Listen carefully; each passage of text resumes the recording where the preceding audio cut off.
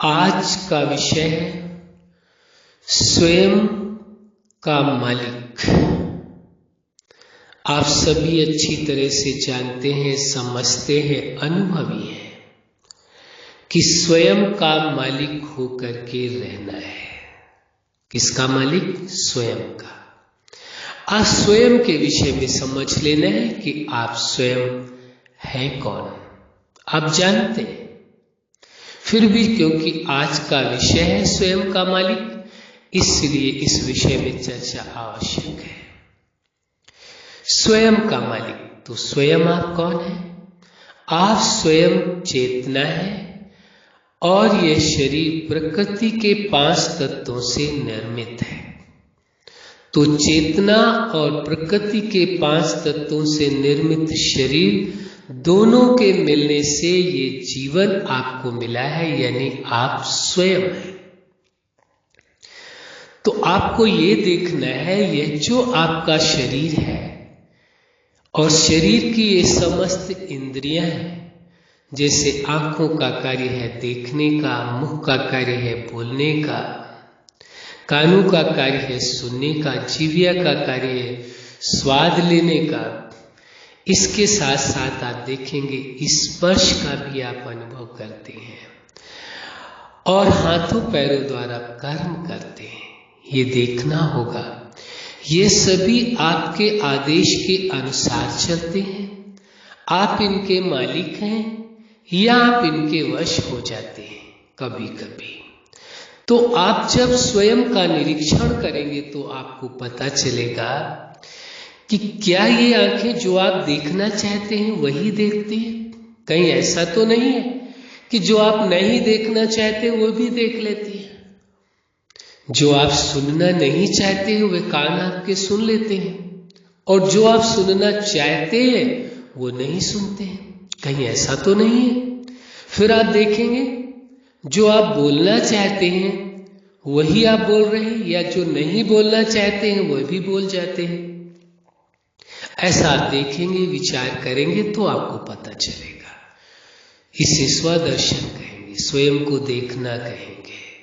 इसके बाद आप देखते हैं कि जो आप स्वाद लेना चाहते हैं वही ले रहे हैं, या जो नहीं लेना चाहते, उचित नहीं है आपके शरीर के लिए, वही भी स्वाद वश आप भोजन कर रहे हैं जो आपके लिए नुकसान है। ये आप पर निर्भर करता है, आपको स्वनिरीक्षण करना होगा। इसी प्रकार त्वचा की बात आती है, स्पर्श का अनुभव, त्वचा के द्वारा स्पर्श का अनुभव होता है। जो आप स्पर्श के द्वारा अनुभव करना चाहते हैं वही कर रहे हैं या न चाहते हुए कर रहे हैं, ये स्वयं देखना होगा। इसके पश्चात कर्म की बात आती है। जो आप हाथ पैरों के द्वारा कार्य कर रहे हैं, पैरों के द्वारा किस मार्ग पर जा रहे हैं, हाथों के द्वारा क्या कार्य कर रहे हैं, ये देखना होगा। आप जो चाहते हैं वही हो रहा है या आप नहीं चाहते हैं वही भी कर्म हो जाता है। ये आपको स्व का निरीक्षण करना ही होगा। यदि आपने स्वयं का निरीक्षण किया और देखा कि आप इस शरीर की समस्त इंद्रियों के आप मालिक हैं या नहीं, तो स्वयं का मालिक माना आप शरीर की समस्त इंद्रियों का मालिक होकर रहना। यदि आप इन समस्त इंद्रियों का मालिक हैं तो आपको कहा जाएगा आप स्वयं का मालिक हैं। इसके पश्चात आता है आपका मन। अविचारणीय विषय है कि कई बार आपने देखा होगा लोग इस बात को कह देते हैं, मेरा जो मन कहेगा मैं वो करूंगा, या मेरा जो मन करेगा वो मैं करूंगा। अविचार करने की बात है।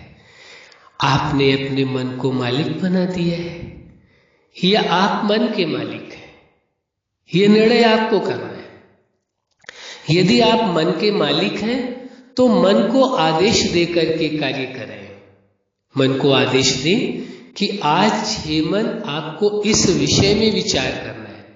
जो आपने अपने जीवन का उद्देश्य बनाया या आज का जो लक्ष्य बनाया है कि ये कार्य पूरा करना है, तो मन को आदेश दें कि इस कार्य को पूरा करना है, इसलिए इसकी तैयारी करनी है। तो आप मन के मालिक हो गए। यदि आपने ये कह दिया जो मेरा मन करेगा वो मैं करूंगा, तो एक तरह से आपने मन को मालिक बना दिया। तो ये निर्णय आपका काम करेगा कि आप अपना मालिक मन को बनाना चाहते हैं या मन का मालिक होकर के रहना चाहते हैं। यदि आप मन का मालिक होकर के रहना चाहते हैं तो ये आवश्यक है आप अपने आप को स्वीकार करें कि आप कौन है, आप मन का मालिक हैं। और मालिक होकर के तो मन कौन हो गया, आपका कर्मचारी हो गया, आपका दास हो गया, आपका गुलाम हो गया। उसको आदेश देना है कि हे मन, आपको इस कार्य को इस प्रकार करना है, तो मन आपकी आज्ञा अनुसार अवश्य चलेगा। लेकिन यदि आप भूल जाएंगे, मालिक यही भूल जाए कि मैं मालिक हूं, तो निश्चित है वह कर्मचारी अपनी मनमर्जी करने लगेंगे। इसी प्रकार मन के साथ होता है। यदि आप अपने आप को मान करके चलते हैं आप मन का मालिक हैं, तो मन आपकी आज्ञा अनुसार चलता है। यदि आप मन को मालिक बना देते हैं तो फिर मन आपको अपने अनुसार चलाने लगता है। यह फैसला आपको करना है कि आपको मन का मालिक होकर के रहना है या मन का गुलाम होकर के रहना है। यह आपका ही फैसला कार्य करेगा। तभी कहा जाएगा कि आप स्वयं का मालिक हैं। कौन है? स्वयं के मालिक हैं।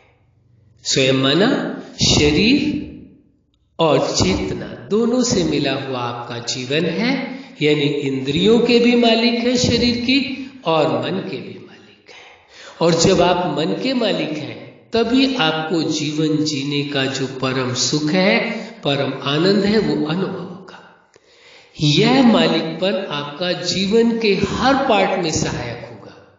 चाहे वह आपकी पर्सनल लाइफ हो, वहां भी मालिकपन आपका सहायक होगा। चाहे आपकी फैमिली लाइफ हो, यदि मालिक होकर के रहते हैं तो फैमिली लाइफ में भी सहायता मिलेगी। या आप स्टूडेंट लाइफ में है, यदि आप मन के मालिक हैं, इंद्रियों के मालिक हैं, तो निश्चित है अच्छी से अच्छी शिक्षा ले सकेंगे जो आप लेना चाहते हैं जीवन में। इसी प्रकार आप देखेंगे प्रोफेशनल लाइफ में भी, यदि आप इंद्रियों और मन का मालिक हैं आप, तो निश्चित है आप अच्छी सफलता प्राप्त करेंगे। जितना आप चाहे उतना धनोपार्जन कर सकेंगे। तो ये किस पर निर्भर करता है? आप पर निर्भर करता है आप स्वयं का मालिक हैं या नहीं। इसी प्रकार मैरिज लाइफ में भी है। मैरिज लाइफ में भी यदि आप मन का मालिक हैं तो संबंधों को बेहतर ढंग से आप संभाल सकते हैं। एक सिद्धांत समझ लेना, जो व्यक्ति मन का मालिक होगा, जिसका मन उसके आदेश पर चलेगा, तो निश्चित है और लोग भी उसकी बात को मानकर चलेंगे। यदि आपका मन ही आपकी बात मानकर चलने को तैयार नहीं है तो और कोई कैसे आपकी बात को मानकर चलेगा? सिद्धांत तो स्पष्ट है। यदि मन ही आपकी मर्जी के अनुसार नहीं चल रहा है तो और लोग आपकी मर्जी के अनुसार कैसे चलेंगे? स्पष्ट समझने की आवश्यकता है। यदि आप मन के मालिक नहीं है, यदि मन आपके अनुसार कार्य नहीं कर रहा है, तो आपको ये उम्मीद छोड़ देनी चाहिए कि कोई भी व्यक्ति आपके अनुसार कार्य करेगा। सबसे पहले आपको आवश्यक है आप मन के मालिक होकर के रहे।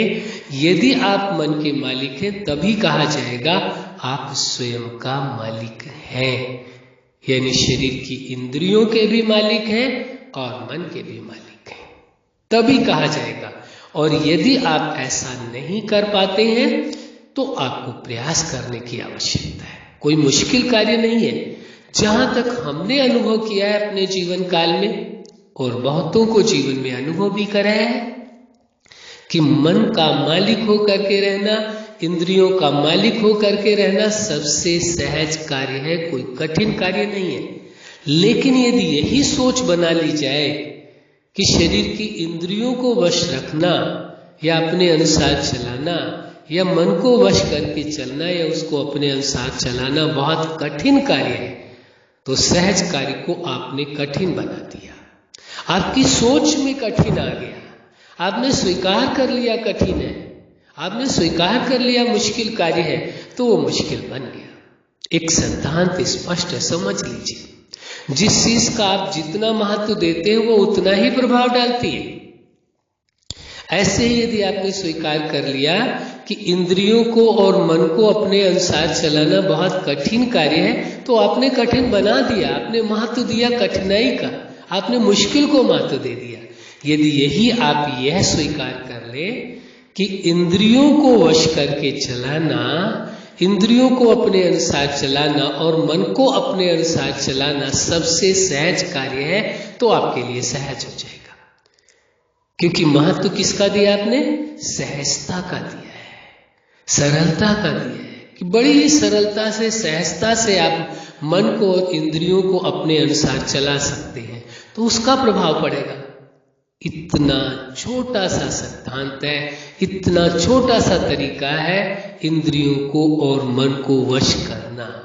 अब ये आपके निर्णय पर निर्भर करता है कि क्या आप मन का और इंद्रियों का मालिक होकर के रहना चाहते हैं।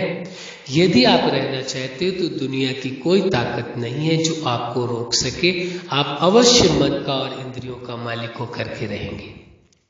लेकिन यदि आप स्वयं ही निराश हो गए, स्वयं ही मायूस हो गए, स्वयं ही आपने ये स्वीकार कर लिया कि नहीं, इंद्रियों को और मन को अपने वश करना बहुत मुश्किल कार्य है, तो आप तो पहले ही कार्य करने के पहले ही आपने हथियार डाल दिए, आपने हार स्वीकार कर ली अपनी। अभी प्रयास किया नहीं और आपने हार स्वीकार कर ली, तो फिर सफलता कैसे मिलेगी? या जो तरीके आपके पास रहे वो थोड़े कठिन रहे, जिसकी वजह से आप कर नहीं पाए। ये बहुत सहज तरीका है, आपको स्वयं का मालिक बन करके अवश्य रहना है, और उसके लिए सहज उपाय है, केवल आप स्वीकार करके चले अपने आप को कि आप स्वयं का मालिक हैं, यानी शरीर के और इंद्रियों के भी आप मालिक हैं और मन के भी मालिक हैं। यदि ऐसा स्वीकार करके चलते हैं तो आप ये देखेंगे जीवन में और ये पाएंगे कि ये आपका मन और आपकी इंद्रियां आपके अनुसार ही कार्य कर रही हैं। तभी आपको अपने जीवन में परम सुख का अनुभव होगा, परम आनंद का अनुभव होगा। क्यों? क्योंकि जो आप कार्य करना चाहते हैं वो कर सकते हैं जीवन में। तभी संभव है जब आप स्वयं का मालिक होकर के रहेंगे। और स्वयं का मालिक क्या होता है ये आप समझ चुके हैं। इतना सहज है, कोई कठिन नहीं है, और आप में वो सामर्थ्य है, आप में वो शक्ति है। एक आश्चर्य की बात आपको बताते हैं, उस जीवन दाता ने, जगत नियंता ने अपनी जैसी विशेषताएं सभी के अंदर पिरोई है। आपके अंदर वो सामर्थ्य दी है, वो शक्ति दी है आप चेतना में कि आप जो चाहे कर सकते हैं। आपको वास्तव में उस जीवन दाता ने स्वयं का मालिक ही बनाया है, कभी मन का या इंद्रियों का दास या गुलाम नहीं बनाया है। लेकिन भ्रमवश, भूलवश, न जानने के कारण इन इंद्रियों के व मन के गुलाम बन गए, दास बन गए, जिसके कारण ही जीवन में जितनी भी परिस्थितियां आप देख रहे हैं, जितनी भी समस्याएं आप देख रहे हैं, चाहे स्वयं की जीवन में हो, पर्सनल लाइफ में हो, चाहे आपकी मैरिज लाइफ में हो, चाहे प्रोफेशनल लाइफ में हो, लाइफ के किसी भी पार्ट में आप देखेंगे ये शरीर की इंद्रियां और मन की गुलामी ही सभी समस्याओं का कारण है। हाँ, कोई अचानक आकस्मिक कोई ऐसी घटना घट जाती है या प्राकृतिक घटना घट जाती है, उस विषय को छोड़कर आप ये देखेंगे अधिक से अधिक जो जीवन में समस्याएं आती हैं, चाहे संबंधों के बीच में आती हैं, चाहे आपके प्रोफेशन में आती हैं, चाहे व्यक्तिगत जीवन में आती हैं, उनका मूल कारण ही यही है कि मन व इंद्रियों का गुलाम होना, इनका दास होना। यदि आप मन और इंद्रियों का मालिक होकर के रहते हैं तो निश्चित है अधिक से अधिक समस्याओं का अंत तुरंत हो जाता है। और कितना सहज है मन का मालिक होकर के रहना, ये आप समझ चुके हैं। इसलिए आपको हर पल, हर क्षण यही स्वीकार करके चलना है, बार बार स्वयं को आपको याद दिलाना है कि आप मन के भी मालिक हैं, इंद्रियों के भी मालिक हैं, इनके गुलाम नहीं है। जब इनके मालिक होकर के रहते हैं तो परिस्थितियां आपको अपने वश नहीं कर सकती हैं। परिस्थितियां कभी भी आपको परेशान नहीं कर सकती, कोई भी समस्या आपको परेशान नहीं कर सकती है, क्योंकि आप मालिक हैं। किसके? शरीर की इंद्रियों के भी मालिक हैं और मन के भी मालिक हैं। अच्छा, आप अपने जीवन के हर लक्ष्य में सफल रहे। आज का विषय है मन का मालिक, यानी क्या कहा जाएगा? स्वयं का मालिक। स्वयं का मालिक होना माना मन का मालिक होना है। तो आज का विषय ही है इसीलिए स्वयं का मालिक। आप सदा स्वयं का मालिक यानी मन का और इंद्रियों का मालिक होकर के रहें, यही हमारी हार्दिक बारंबार शुभकामनाएं हैं। सदा खुश रहें, मुस्कुराते रहें। धन्यवाद।